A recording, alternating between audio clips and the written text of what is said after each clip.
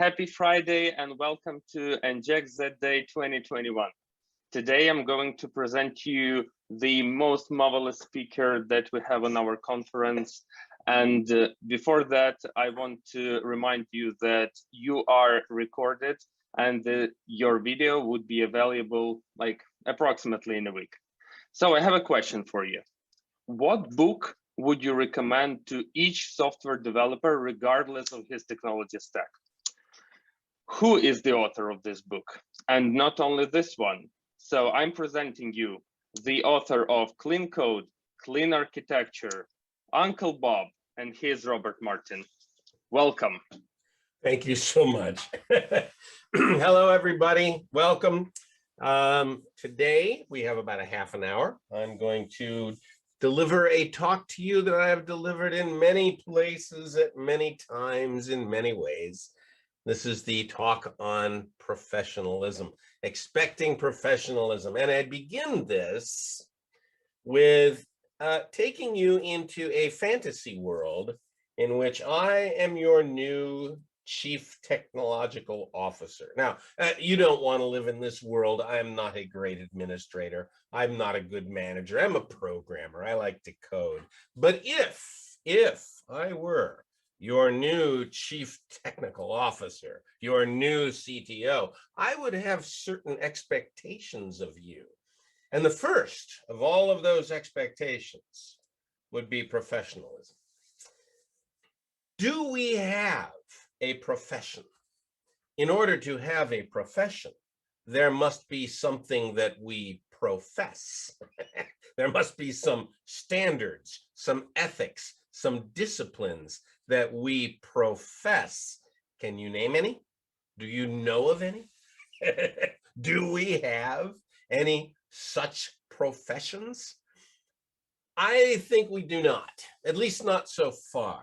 It seems to me that the software community has grown up over the last 70 years with very little direction, which is not at all surprising. I mean, we literally came from nothing. And over the last 70 years, while the hardware has changed enormously, we have been developing our skills and our techniques for writing software. And in the midst of all of that, we have not had a lot of time to think about the ethics of software, the standards of software, and the disciplines. It is only in the last decade or two that we've really come to see some disciplines that we could apply to this particular profession of ours. The situation, however, is critical. Our society depends on software. This did not used to be true. Even 20 years ago, this was not true. But today, our society depends critically upon software. Look around the room that you may be in right now.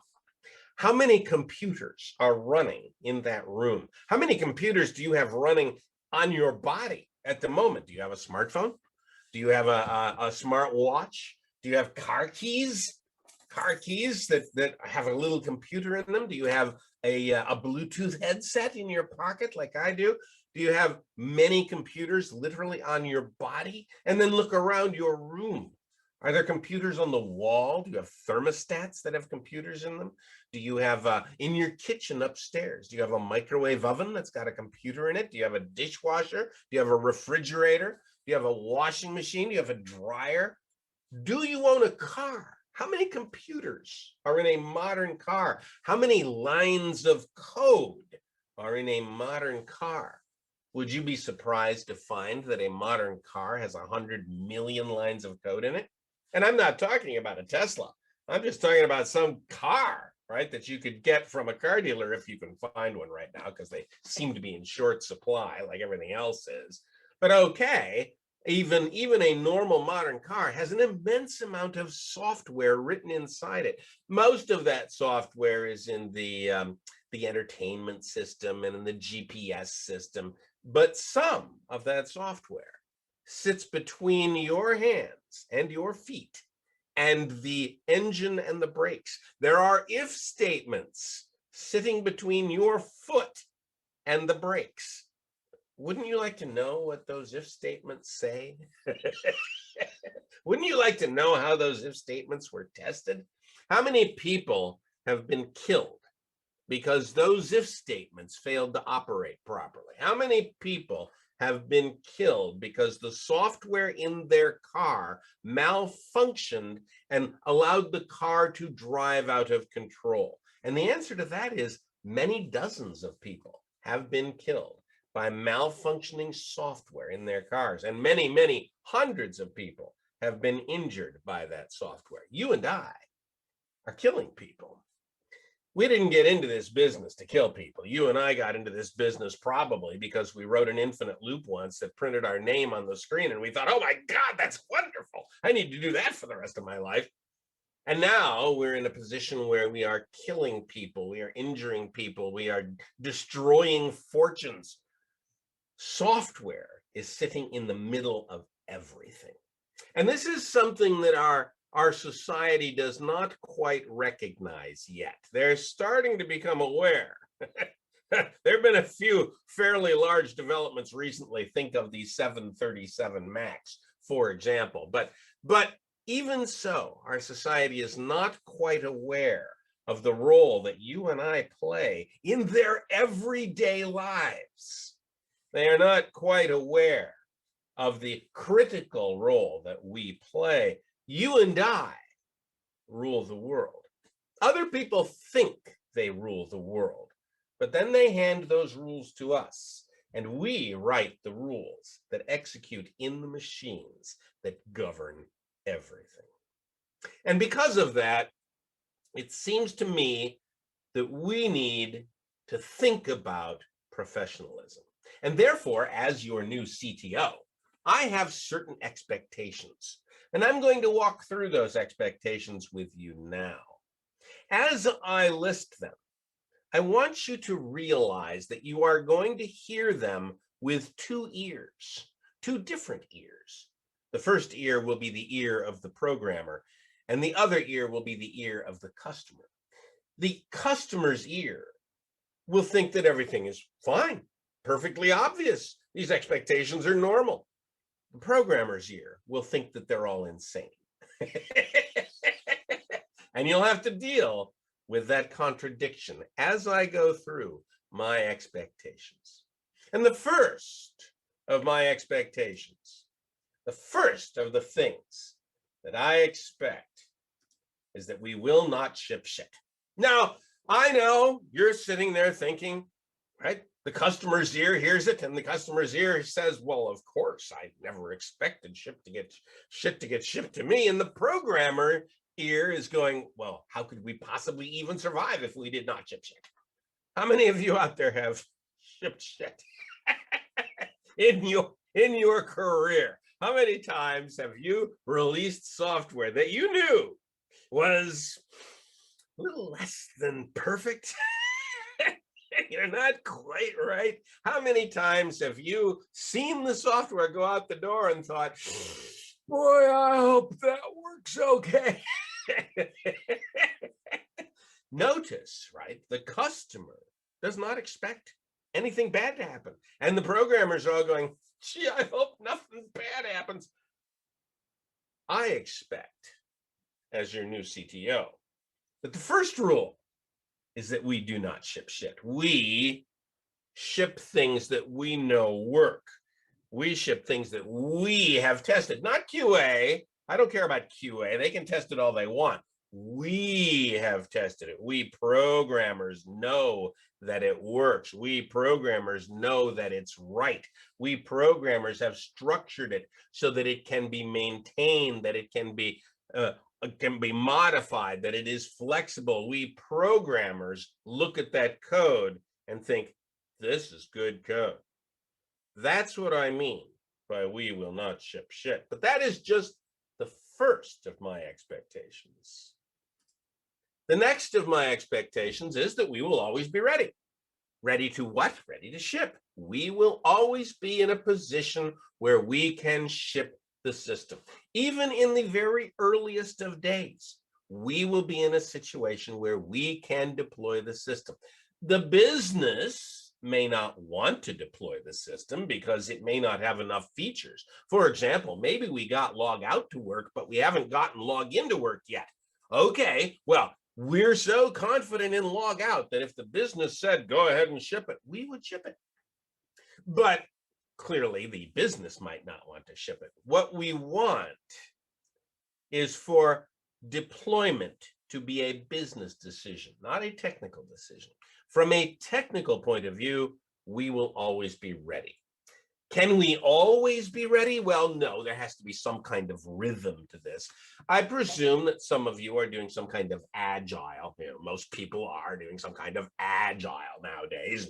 I don't know what kind of agile it is. Maybe it's maybe you're doing Scrum, maybe you're doing FDD, maybe you're doing some variation. Who cares?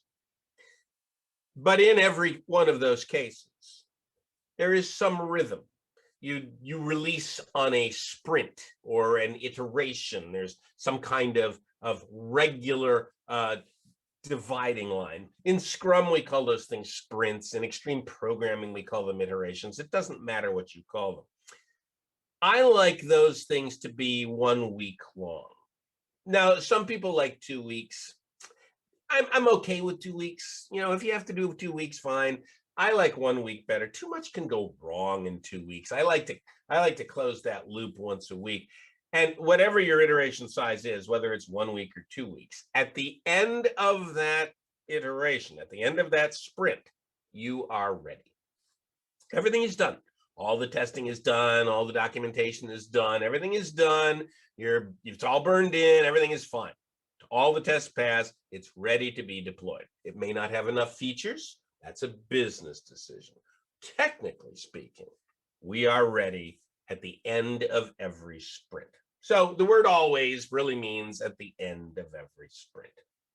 That's what I expect. But I expect more than that. I expect stable productivity. Have you ever worked on a project and at first you could go really fast, but then a year later, everything had slowed down? And it had slowed down because the system became a mess. It became tangled and interwoven, and you didn't know what would happen if you touched any line of code. All hell could break loose, and so you did not know that you could safely modify the code, and everything slowed down. I don't expect that. That is unstable productivity. I expect stable productivity. I expect that we, as a team, will go as fast next year as we are going today, and as fast this year as we went last year. I do not expect the team to slow down. I do not expect the software to get worse and worse and worse, causing us to slow down and slow down and slow down. That is not a good thing to do. And clearly our customers and our managers expect that of us. That's the customer's ear. And the programmer, well, the programmer you may have never experienced working in a situation where you did not slow down, but believe me, I have. It is possible. Because you see, I expect inexpensive adaptability. I expect that when customers change their minds, and they will, they will, when customers add new features, when customers change features, when customers ask for something new, I expect that we will be able to accommodate them, that we will be adaptable, and that this will not be inordinately expensive. Inordinately expensive. Customers understand that big changes have big costs. Customers also assume that small changes have small costs. Customers get very annoyed when they give you what they believe is a small change, and you go, oh God, that's a huge change. It's going to wreck everything. That would be violating this expectation. The customers have a right to estimate how much something is going to cost based on its scope, The cost of a change should be proportional to the scope of the change as the customer views the scope. Now, what that means is that your view of the system, your view of the scope of the system, has to be similar to the customer's. You cannot come up with some really clever architecture that then thwarts the scope that the customers see. You cannot go to them and say, my God, that change you're asking for completely thwarts our architecture. Our beautiful architecture is now in shambles.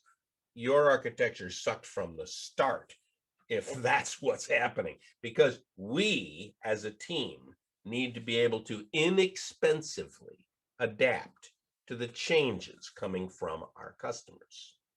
Software is a compound word. Software has two parts, soft and ware.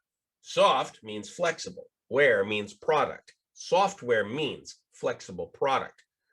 To the extent that you make your product hard to change, you have thwarted the very meaning of the word software. I expect inexpensive adaptability. I expect continuous improvement. I expect that as time goes by, the system will get better and better and better. The design of the system will improve, the architecture of the system will improve, the code will get cleaner and better with every passing day. I expect the system to get better. The customer hears this and says, well, of course. The programmer hears this and says, are you insane? Software systems always get bad. They rot. They turn into cans of worms. They get tangled because we're constantly under pressure to constantly make a mess. No, you're not. Human beings make things better with time. This is a moral incentive, a moral obligation. We, human beings, make things better with time. There's a simple rule that I would like you to follow. I call it the Boy Scout rule. I call it the Boy Scout rule because the Boy Scouts had a rule long ago, which was leave the campground cleaner than you found it. I want you to leave the code cleaner than you found it. Every time you check the code in a little cleaner than you found it. Never make it worse. Always do some random act of kindness to make it just a little bit better. If everybody did that, just that, the code, the design, the architecture would get better and better and better with time. The team would not slow down with time.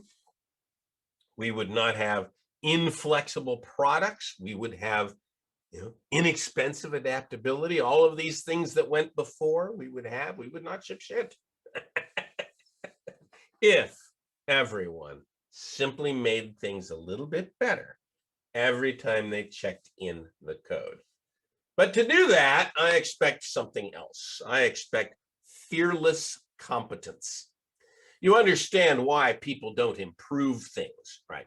You bring code up on your screen. You look at that code and the blood drains from your face as you realize the horror scene that you are about to immerse yourself in. And you think to yourself, well, maybe I should clean it a little bit. And then the thought occurs to you, no, I'm not going to be the one to clean it, because you know, if you touch it, you will break it. And if you break it, it becomes yours forever. So you back away. You go, no, I'm not going to be the one to clean this code. Someone else can clean the code. This is a fear reaction. You are reacting in fear to this thing that you created. I want you to realize how wildly unprofessional that is, how incredibly irresponsible it is to be afraid of the thing that you created, to have allowed it so far out of your control that you now react to it. It no longer reacts to you. You became a programmer because you wrote an infinite loop once that printed your name, and you are master of the universe. And now the code masters you. How can we stop that fear? How can we break the chain of fear that causes the code to rot and rot and rot? Well, I have an idea for you. I want you to think about this. What if you had a little button that you could push? And if you push that button, some lights would blink and some computer noises would come out, and then a little green light would light up. And the little green light would mean that the entire system was right, that it worked, that everything had been tested and it was good. And it didn't take long for that little green light to light up, maybe a minute. You push the button, and a minute later, the light lights up, and it means everything is okay. And now bring that code up on your screen, and the blood drains from your face as you look at the horror scene you are about to be immersed in. And then the thought occurs to you, maybe I should clean it up a little bit. And then you do a little bit. Oh, that name there. I think I'll change that name. I could probably change the name of that function to something a little bit better. Push the button. Oh, still green. Good. Okay. Yeah, that function's a little big. I think I'll split that function in two. Make two functions out of it. Name them nicely. Push the button. Still green. Good. Oh, this function that I just made, it really belongs in that class over there. Push the button. Oh, turn to red. Put it back. Put it back. Push the button. Green. Oh, I see what I did wrong. I need to put it over here instead. Push the button. Green. If you had that button, you would clean the code. If you had that button, you would continuously improve things. If you had that button, you could make sure that the code was inexpensively adaptable. If you had that button, you would not ship shit. How are you going to get that button? You see, you need that button. How are you going to get that button? I will recommend for you a discipline. You can look it up later. I'm not going to go into any great detail. The discipline is called test-driven development. It's been around for 20 years. There's quite a few of us who practice it on a regular basis. Look it up, understand it. It is a way to get that button. And because you have that button, I expect extreme quality. I don't expect bugs to get shipped. When did we ever think that that was a good idea, to ship bugs? When did we think that, oh, well, software, it always has bugs? When did we come to that ridiculous opinion? Oh, software always has bugs. We ship it with bugs all the time because software, software is just always buggy. No, it's not. Software is not always buggy. Software does not need to always be buggy. The software that you deploy should not be buggy. I expect extreme quality. I expect the people whose job it is to test the software, maybe that's the QA group, I expect them to find nothing. I don't expect them to be sending a lot of bugs back to us. In fact, I expect that you and I will not dump on those people.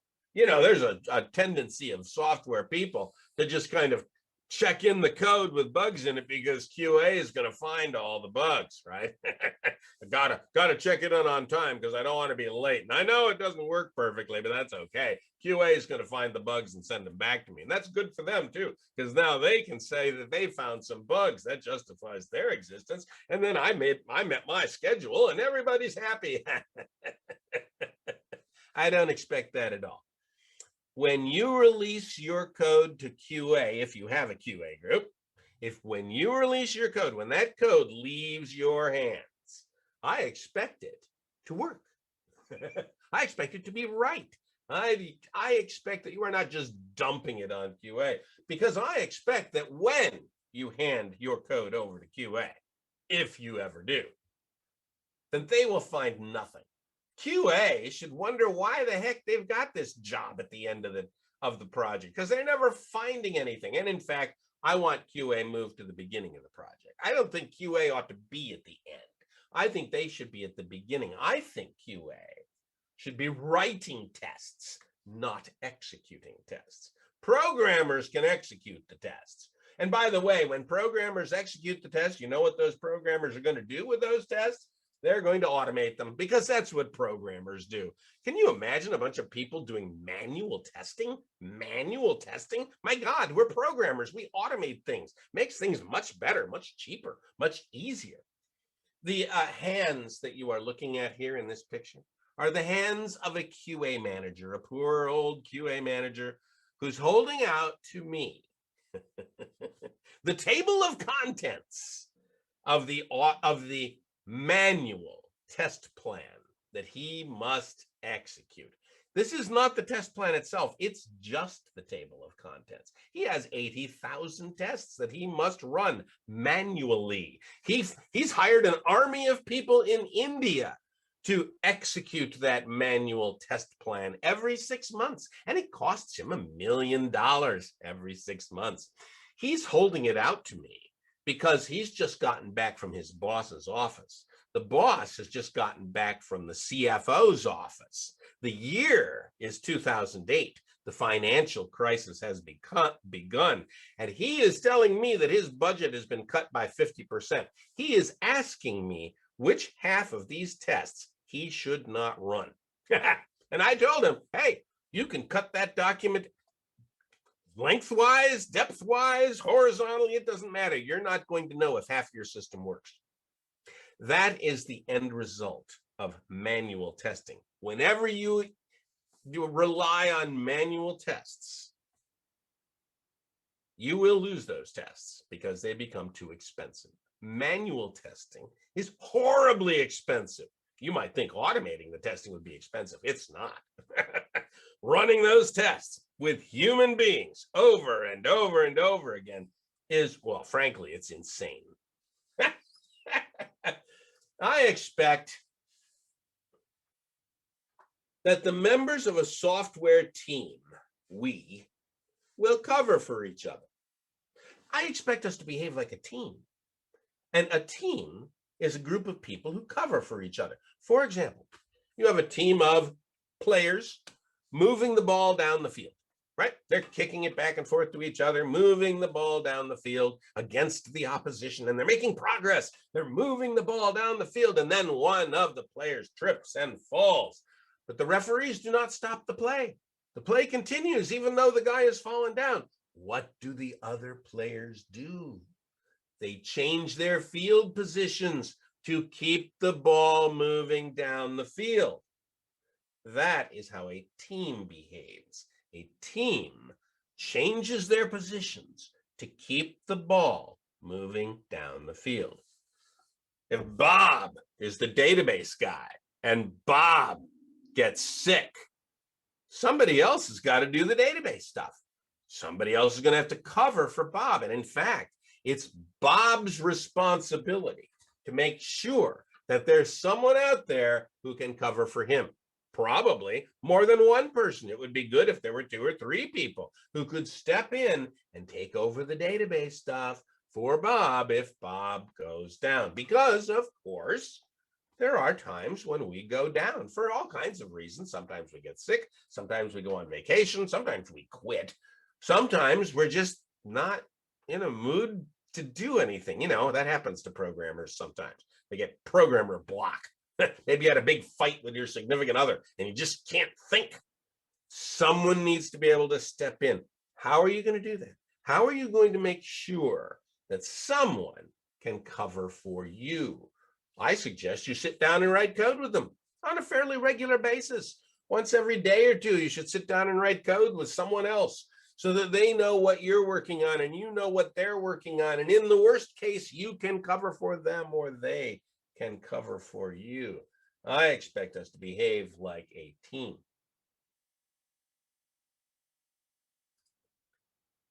One last, and then we'll do some questions and answers. I expect honest estimates. The most honest estimate you can make is, I don't know. Those 3 words, I don't know, because that is honest. You don't know. Someone asks you, when can you get this done? I don't know. That's honest, but that's not useful. There is something you do know. You know the shape of what you don't know. Let me explain that to you. If I say to you, how long will it take you to do this task? You should say to me the following 3 things. In the best case, if everything goes right, I can probably do this in 3 days. If things go the way they usually go, you know, with a lot of confusion and meetings and stuff like that, it's probably going to take me more like 5 days. And if things go the way they might go, I mean, really bad, this could take me 20 days. So use that as your estimate. 3 in the best case, 5 in the normal case, 20 in the worst case. There, that's the shape of what you don't know. And your boss might go away and say, okay, then you said 3 days, right? No, that's not what I said. It's not 3 days.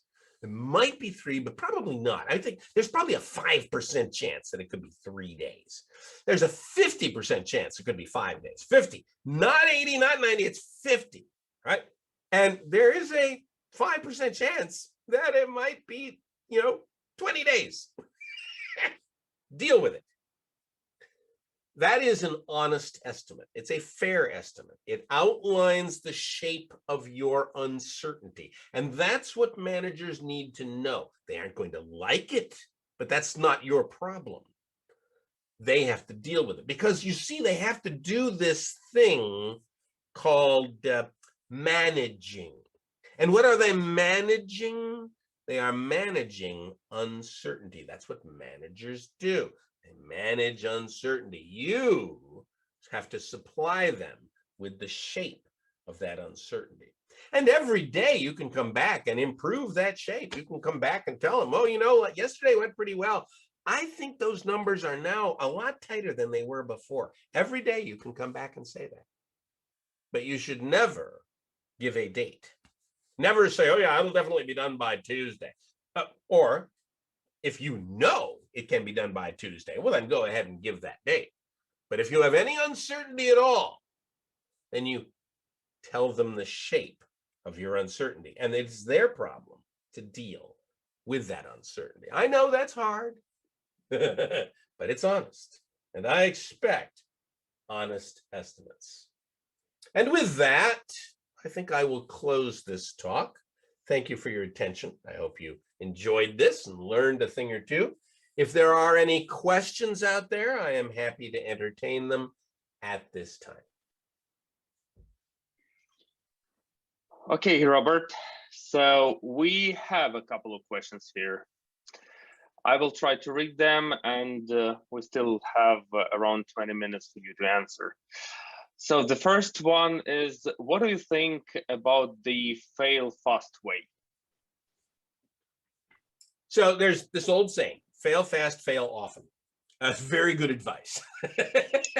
That's how we make progress. Think of how the Americans put a man on the moon. President Kennedy told them that they had to get a man on the moon within the decade. How'd they do that? Well, they failed fast and they failed often. They set a whole bunch of milestones. They did Project Mercury, they did Project Gemini, they did the early part of Project Apollo. There were quite a few failures along that route, along that pathway. And they were useful failures, even though they put some men's lives at risk. And in fact, 3 astronauts died in one of those failures. But in the end, we managed to put men on the moon by failing fast and failing often. Do you think that project would have worked at all if they had simply built one moon rocket, put men on it, and flown it to the moon? Probably not. Any software system, any system at all that is of any kind of complexity must be based on a simpler system that came before it. No system is written from scratch that's horrendously complicated. That does not happen. Complicated systems grow out of simpler systems, which themselves grew out of even simpler systems. Everything works that way. So yes, commit yourself to the idea of failing fast and failing often, and make the time between those failures as short as possible. This is one of the reasons that Agile tries to work in short cycles. I like 1 week. Some people like 2 weeks. I like 1 week. There's a guy out there I know who likes 1 day. He wants to do his sprints 1 day. Anything you can do to shorten that cycle is going to help you a lot. Test-driven development, I mentioned that earlier, is a cycle like that, but it is a cycle that is perhaps 1 minute long. And you write a little test that fails, and then you make it pass. Then you write a little test that fails, and you make it pass. Fail, pass, fail, pass. Fail frequently, fail often. Okay, thank you for the answer. The next question is, as a developer with experience working with big projects with fastly changeable requirements, we faced a lot of problems, code quality as well. What, in your opinion, how to find a balance between lots of abstraction levels with obvious problems with the YAGNI and strict hard code with direct functionality that will definitely change? Yes, okay, this sounds like the problem of legacy code. And this is the problem that everybody has, right? We've got a big system out there. It's complicated, it's tangled, it's awful. And customers are still asking us for features, and they're still asking us to fix bugs, and we have to give estimates, and we have to somehow work inside this horrible, ugly system. How should we deal with that? The temptation that you will have will be to redesign the whole thing from scratch. Tell me you've never wanted to do that, right? Everybody wants to do that. Let's just redesign the whole thing. If they would just give us a year, we could go away in a room somewhere and redesign the whole thing from scratch, and then life would be wonderful. No. No, what would happen inside that year is you would make the exact same mess as you did before, and the system would be just as bad as it was before, if not worse. Do not do this. This is not the right strategy. Here's the strategy that you need to follow. And it is not a fun strategy, and it is not the strategy you want to follow. But believe me, you will do well if you follow this strategy. First thing to do is change attitude, right? The attitude is, and I mentioned this before, every time you check the code in, you check it in a little cleaner than you checked it out. Everybody does this without fail. You never check it in worse. You always check it in better. Everybody does one little act of kindness to the code before they check it in. If everybody just did that, then very gradually, over time, the system would start to get a little cleaner, a little nicer. You might even be able to add a test or two. The more tests you add over time will make it easier to make even more changes later, to clean things up more later. You'll have the start of that little button I was talking about. And the button won't work very well at first, but the more tests you add, the more that button is going to work, the more that green light will have meaning to you, and it'll get easier and easier and easier to maintain that code. Every once in a while, someone's going to come to you with a great big feature that you have to add. There will be two ways to add this feature. The one way is to smear the feature code throughout the existing body of the system. That's the way you would normally do it. Just spread that code everywhere inside the system, of course, making the system worse. Or you could concentrate that code into a set of isolated modules and then couple those modules into the existing system through some hooks. The first way will be faster. You will get done faster if you do the smearing way. The second way will actually take some thought and some design. It will take longer. Don't say this to anybody, just use the second way. The second way, then you could write it nicely with nice tests. You could keep it isolated, and you would not be making the system worse. If everybody did that, over time, the system would accumulate nice sets of modules that are nice, that are well cleaned. Meanwhile, everybody is making things better with time, so the rest of the system is gradually improving. And at some point, you may find that there are bits of the old code that are still a mess, but they're completely surrounded by other code that is much better. And in that case, you may find that you can do a small redesign of that nasty code in the middle that you've completely surrounded and are now strangling.